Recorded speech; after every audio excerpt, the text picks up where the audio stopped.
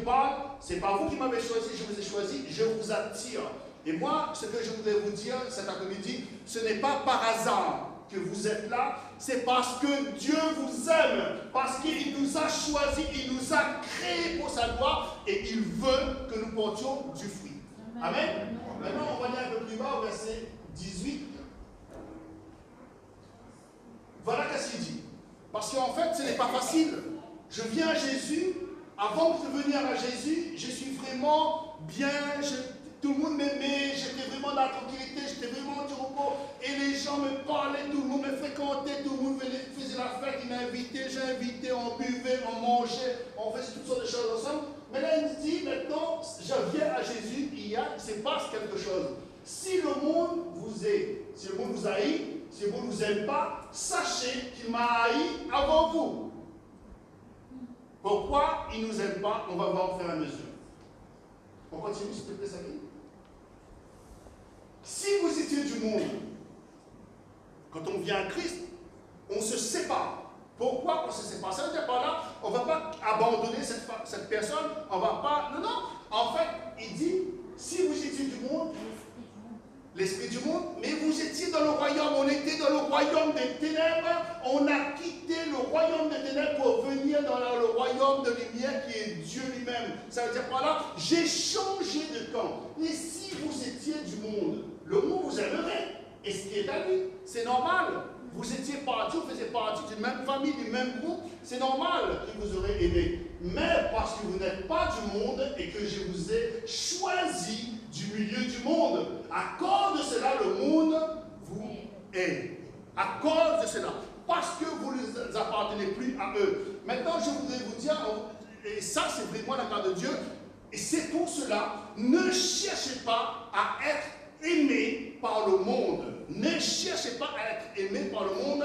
Le monde ne va pas vous aimer parce que vous ne les appartenez plus, parce que vous n'êtes plus dans leur camp. Et voilà pourquoi il nous a parlé ça. Si vous étiez du monde, le monde vous aimerait, et c'était à lui. Mais parce que vous n'êtes plus du monde et que je vous ai choisi du milieu du monde, à cause de cela, le monde vous aime. À cause de cela. Parce que maintenant, vous appartenez à Christ. Maintenant, ce matin, l'autre fois, j'aimerais là parler concernant la lumière. Quand on regarde, par exemple, il fait nuit dans une pièce qui n'a pas de lumière. Dès qu'on allume la lumière, les ténèbres reculent, c'est la lumière qui arrive. Mais quand tu appartiens à Christ, l'Esprit de Dieu vit en toi, il y a la lumière de Christ en toi, et c'est normal, tu les jettes, c'est normal que tu es en train de les éblouir, ils sont en train de faire des choses qui n'est pas bon, ils sont dans les ténèbres, et tu es en train de les éclairer. C'est normal qu'ils t'aiment pas, c'est normal qu'ils vont t'haïr. Mais Jésus dit, moi j'ai été avant vous, j'ai été haï avant vous, et c'est pour cela que le monde vous haït aussi. Et voilà ce que Dieu nous dit, et voilà ce que Dieu attend de nous. Maintenant, j'aimerais bien qu'on puisse voir ensemble, dans Jean, toujours chapitre 15, et au verset 5. Verset combien même, verset combien? Jésus dit, je suis le vrai cep et mon Père est le vigneron. Tout sarment qui est en moi et qui ne porte pas du fruit, il le retranche, et tout sarment qui porte du fruit, il les monte afin qu'il porte encore plus de fruits. Vous allez comprendre quelque chose. Là, on parle du fruit, là, on parle de Père et le vigneron. Dieu, Jésus lui dit, lui, il est le cep. Déjà, vous êtes plus à cause de la parole que je vous ai annoncée. Tout à l'heure, on avait entendu parler que la parole est une eau qui lave. Et c'est ce que Dieu veut, que les enfants de Dieu, et dans cette nouvelle année, je vous ai parlé que Dieu veut nous ramener dans une nouvelle dimension, nous faire passer à une autre étape. On ne peut pas passer, être un enfant de Dieu, si on ne lise pas la parole de Dieu. Nous avons besoin de connaître la parole de Dieu et que la parole de Dieu nous lave. Déjà, vous êtes plus à cause de la parole que je vous ai annoncée. Et ça, c'est un point qui est important. Demeurez en moi, habitez en moi, et je demeurerai en vous. J'habiterai en vous, comme le sarment ne peut lui-même être porté, peut lui-même porter du fruit s'il demeure attaché au cep. Ainsi, nous ne pouvons non plus si vous ne demeurez pas en moi. Le sarment, en fait, c'est le tronc d'une vigne. Et le cèpe, c'est le tronc d'une vigne. Le sarment, c'est ce qui sort du tronc, ce qui sort du pied, des branches, qui va sortir. Et si le sarment ne reste pas attaché, s'il n'est pas attaché au cèpe, il ne peut pas porter du fruit. Pourquoi il ne peut pas porter du fruit? Parce que toute la sève monte dans le cèpe et donne en abondance pour que tu portes du fruit. Mais là, il nous est parlé quelque chose de plus en plus. Il faut rester attaché, demeurer au cèpe pour porter du fruit. Et là, il te dit, comme le sarment ne peut lui-même porter du fruit, s'il ne demeure attaché au cèpe, et si vous ne le pouvez non plus, si vous ne demeurez en moi. C'est-à-dire, voilà, si tu n'es pas attaché à Jésus dans cette nouvelle année, si tu n'es pas attaché à lui, si tu deviendras un religieux, tu viendras, tu vas repartir, tu vas revenir, tu vas repartir. Mais la Bible nous parle, Jésus déclare, il faut que vous demeurez en moi, il faut que vous soyez attachés à moi. Et dans cette nouvelle année, Dieu veut vraiment déverser sa grâce et il veut vraiment que nous portions du fruit en abondance. Il veut vraiment que nous sortions dans ce qu'on était et ce qu'on était jusqu'à présent, peut-être jusqu'à l'année dernière, 31 décembre, dans ce que j'étais. Mais Dieu veut vraiment maintenant que tu portes en abondance des fruits en abondance. Amen. Mais pour cela, nous avons besoin de demeurer en Jésus. Amen.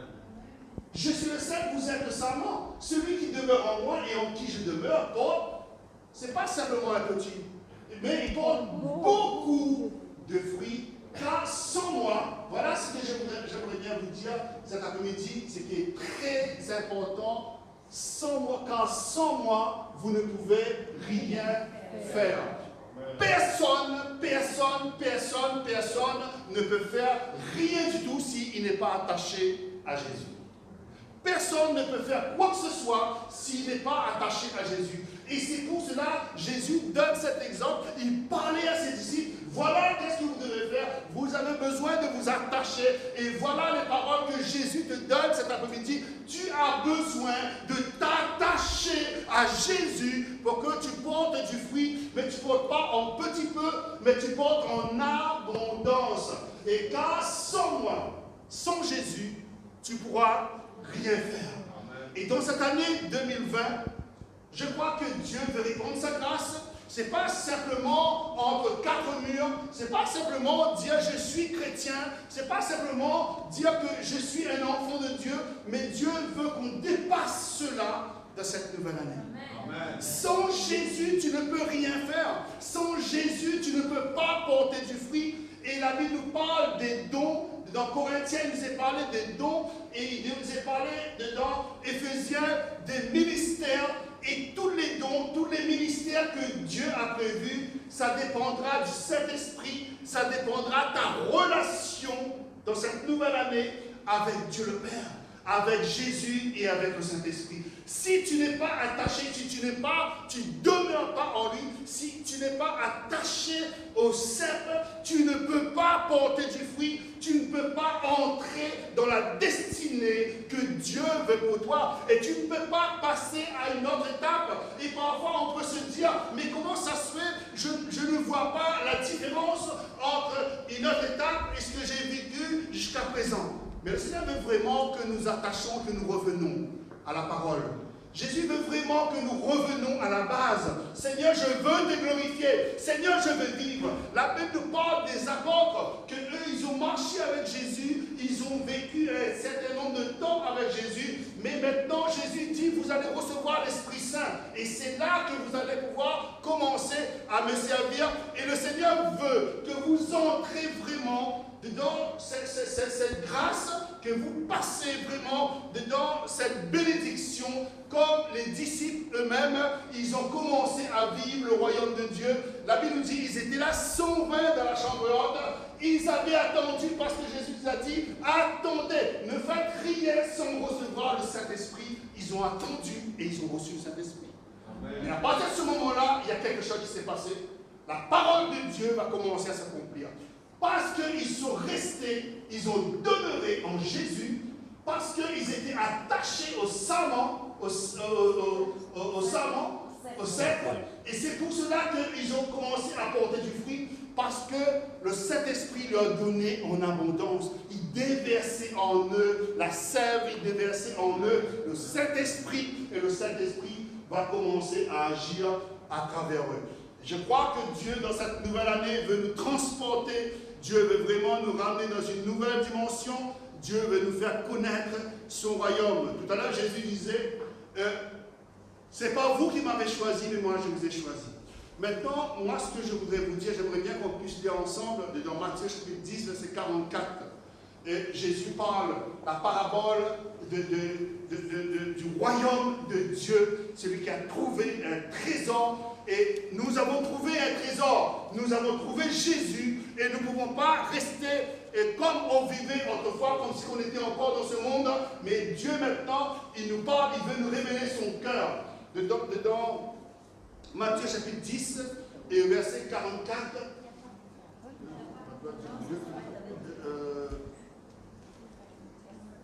Attends, je vous lance ça de suite. Matthieu 10, non 14, pardon. 14, verset 44. Je suis désolé. Pardon. 13.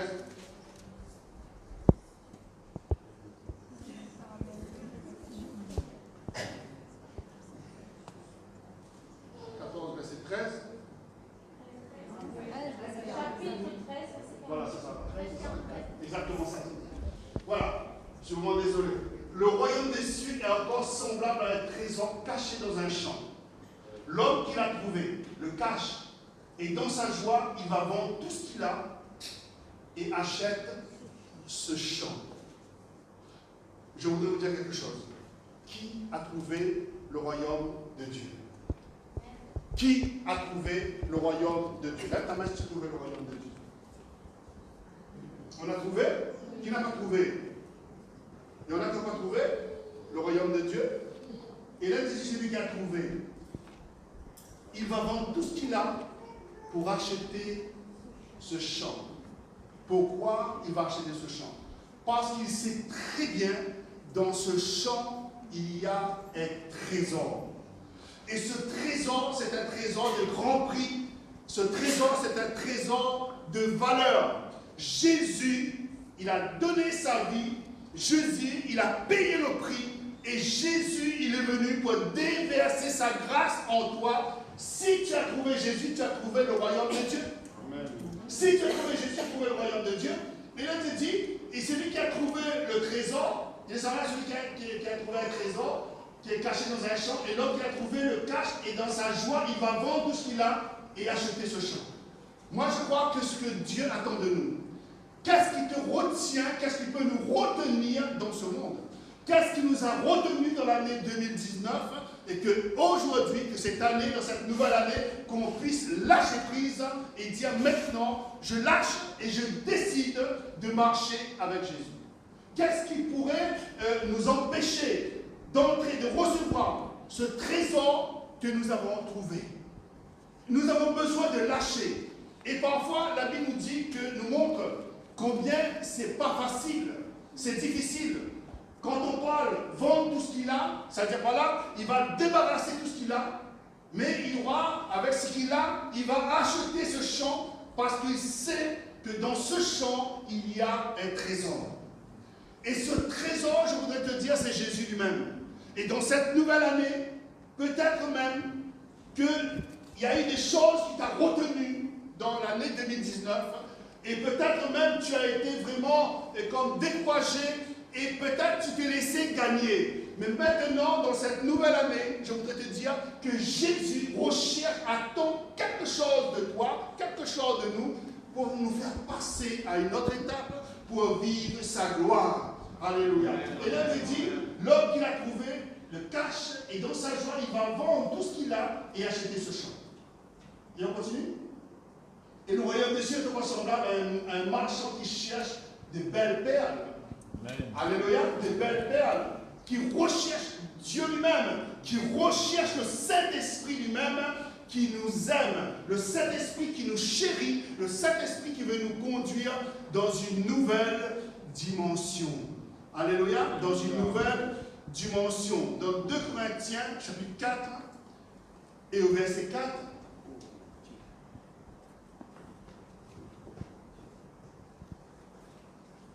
de Corinthiens, chapitre 4, et au verset 4, voilà qu'est-ce qu'il dit. Pour les incrédules, verset 3, voilà. Si notre évangile est encore voilé, il est voilé pour ceux qui le périssent. Si l'évangile est encore voilé, il est voilé pour ceux qui périssent. Pour les incrédules dont le Dieu ce siècle a aveuglé l'intelligence. Les incrédules. Les incrédules, vous savez qu'est-ce que c'est un incrédule et comment on peut devenir incrédule. Incrédule, tu vas devenir si tu ne cherches pas la présence de Dieu. Incrédule, tu vas devenir si tu ne lis pas la parole de Dieu. Incrédule, tu vas devenir si tu n'as pas de relation avec Dieu. Incrédule, tu vas devenir si tu n'as pas de relation avec le Saint-Esprit. Incrédule, tu vas devenir si ton cœur est fermé, si tu ne cherches pas la présence de Dieu, tu deviendras incrédule. Et parfois, on peut se dire, mais cependant, je viens à l'église. Cependant, je viens tout le temps. Mais comment ça se fait? J'arrive plus à croire. Mais Dieu nous appelle à vivre autre chose.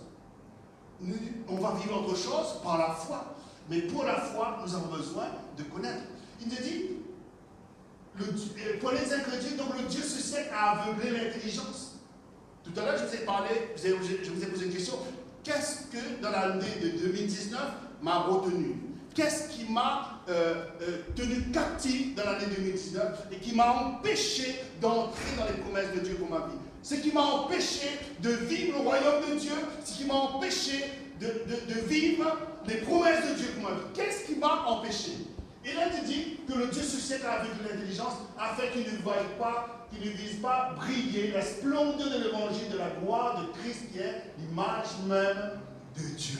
Alléluia, qui est l'image même de Dieu. Et au verset 18, si tu peux mettre, s'il te plaît, Sabine.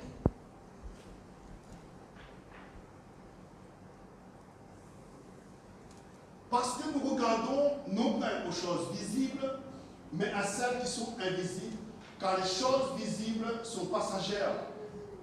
Les choses visibles. Et c'est pour ça que je vous ai parlé tout à l'heure de la foi. Sans la foi, il est impossible d'être agréable à Dieu. Et la Bible nous dit que mon juste vivra par la foi. Et la Bible nous dit que la foi est une démonstration. Écoutez-moi bien, vous allez comprendre quelque chose. La foi est une démonstration des choses qu'on espère et qu'on ne voit pas. Et c'est ce que le Seigneur veut pour ses enfants. Passer à une autre étape, c'est vivre par la foi. Et par la foi, Dieu va te conduire, le Saint-Esprit va te conduire dans la dimension que lui, il veut. Ce ne sera pas toi qui va chercher, ce ne sera pas toi qui va dire je veux ça, mais ce sera le Saint-Esprit lui-même qui va te faire passer dans l'étape qu'il veut et il va te faire entrer dans le dessein, dans la destinée qu'il veut que tu entres dans cette nouvelle année. Il dit mais les celles qui sont invisibles, car les choses visibles sont passagères. Ce sont des choses que nous voyons de nos yeux. Ah, moi je vois ça, je veux ça. Ah, je vois ça, je veux ça. Ah, je vois le téléphone, je veux mon téléphone. Ça, ce sont des choses visibles. Mais les choses invisibles, alors, qu'est-ce que c'est les choses invisibles? Ce sont les choses que Dieu a prévues pour toi. Les choses que Dieu a prévues pour nous dans cette nouvelle année. Les choses que Dieu a mis de côté pour nous. Ça fait des années que Dieu a mis cela de côté. Avant même que tu es né, Dieu avait mis cela de côté. Mais Dieu veut que cette nouvelle année, que tu puisses prendre de tes mains maintenant. Que tu puisses voir de tes yeux, toucher maintenant et ce que Dieu a prévu pour toi. Et c'est pour cela qu'il nous est parlé de cela. Les choses visibles sont passagères et les choses invisibles sont éternelles. Alléluia. C'est cela ce que Dieu veut nous ramener. C'est dans cette dimension-là que Dieu veut nous ramener. Alléluia. Et pour que l'on puisse le glorifier et qu'on puisse vraiment le servir de tout notre cœur. Alléluia. De tout notre cœur. Dans Job, dernier verset que je voudrais vous laisser sur votre cœur, dans Job 22, verset 28.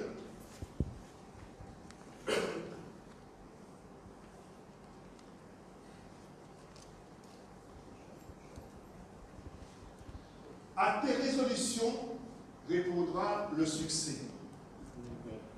Sur tes sentiers brillera la lumière. Voilà ce que Dieu a prévu. Sur tes sentiers brillera la lumière. Pourquoi? Parce que tu es la lumière du monde. Parce que Christ sera avec toi. Et dans cette nouvelle année, moi je voudrais te dire, voilà, qu'est-ce qui nous est passé, qu'est-ce qui se passe à tes résolutions. Qu'est-ce que j'ai résolu dans cette nouvelle année? Qu'est-ce que je décide dans cette nouvelle année? Parfois, vous savez, on peut entendre et on peut voir des choses. Et on peut dire, Seigneur, mais je veux ça, je veux ça, je veux ça. Mais là, tu dis à tes résolutions. Ça dépend de ce qu'on a résolu de notre cœur. Ça dépend de ce que nous avons résolu. À partir de ce moment-là, dans tes résolutions, répondra le succès.